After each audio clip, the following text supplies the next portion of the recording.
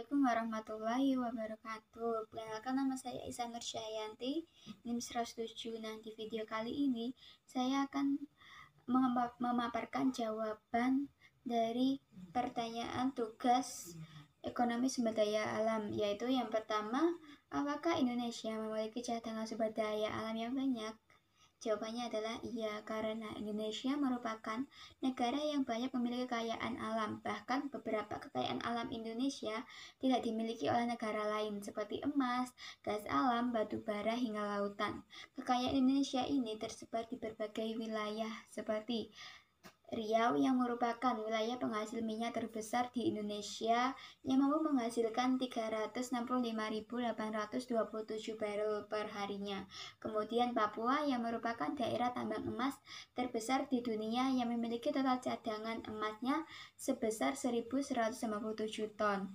Nah, kemudian Tanjung Enim, Sumatera Selatan yang merupakan wilayah penghasil batu bara yang mampu menghasilkan 1.500 sampai 1.700 ton tiap jamnya. Kemudian daerah Bangka Belitung yang merupakan daerah penghasil timah terbesar. Timah yang dihasilkan mencapai 100.000 ton dan jumlah ini akan bertambah seiring berjalannya waktu.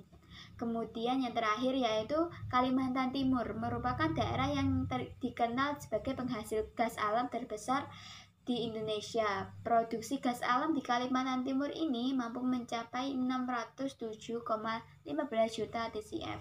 Dari kelima wilayah tersebut sudah dapat menggambarkan bahwa Indonesia ini memiliki banyak sekali sumber daya alam yang tersebar di berbagai wilayah di Indonesia.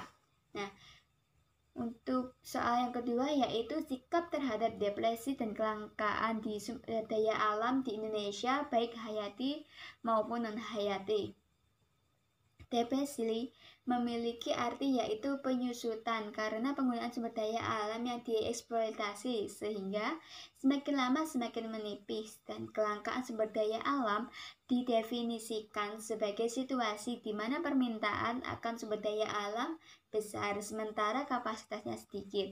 Nah, ada beberapa faktor yang membuat sumber daya alam langka, yaitu yang pertama, keterbatasan sumber daya. Meskipun sumber daya di Indonesia ini melimpah, namun tetap saja ada batasnya, apalagi jika dieksploitasi secara besar-besaran. Kemudian yang kedua yaitu perbedaan letak geografis.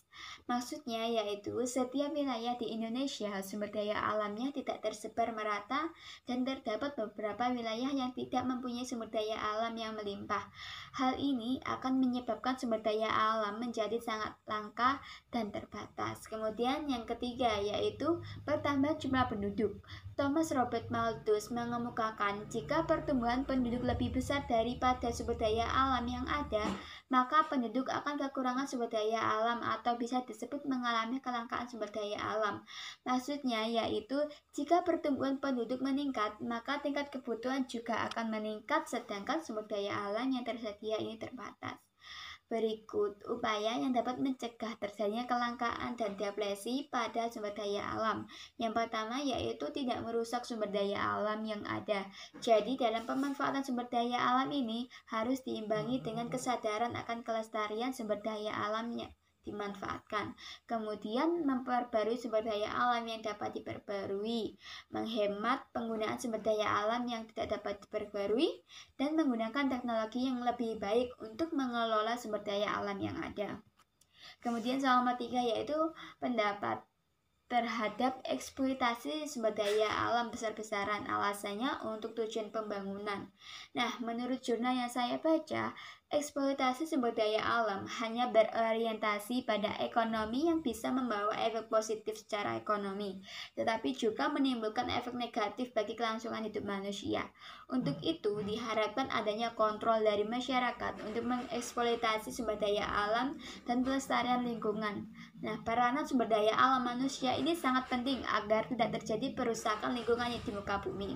Nah, pengelolaan sumber daya alam dan memelihara sumber daya alam ini didukung upaya konservasi, rehabilitasi, dan penghematan sumber daya alam yang menerapkan teknologi yang ramah lingkungan. Kemudian sumber daya alam harus dikelola untuk mendapatkan manfaat untuk yang maksimal, tetapi pengelolaan sumber daya alam harus diusahakan agar produktif dapat tetap berkelanjutan.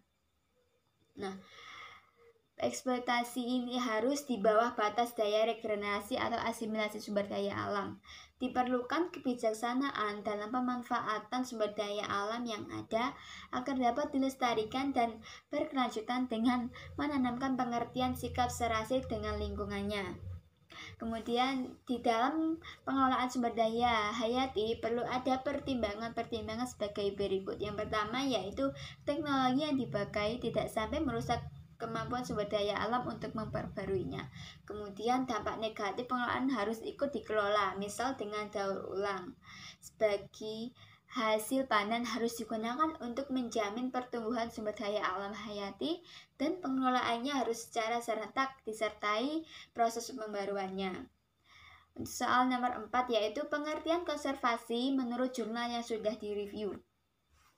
Dari jurnal yang sudah saya review pada tugas kemarin menjelaskan bahwa konservasi dalam pengertian sekarang sering diterjemahkan sebagai the wise use of natural resource, pemanfaatan sumber daya alam secara bijaksana, atau dengan arti lain yaitu alokasi sumber daya alam untuk sekarang dan masa yang akan datang. Berikut paparan penjelasan jawaban dari saya. Jika ada kurangnya mohon maaf. Saya akhiri, wassalamualaikum warahmatullahi wabarakatuh.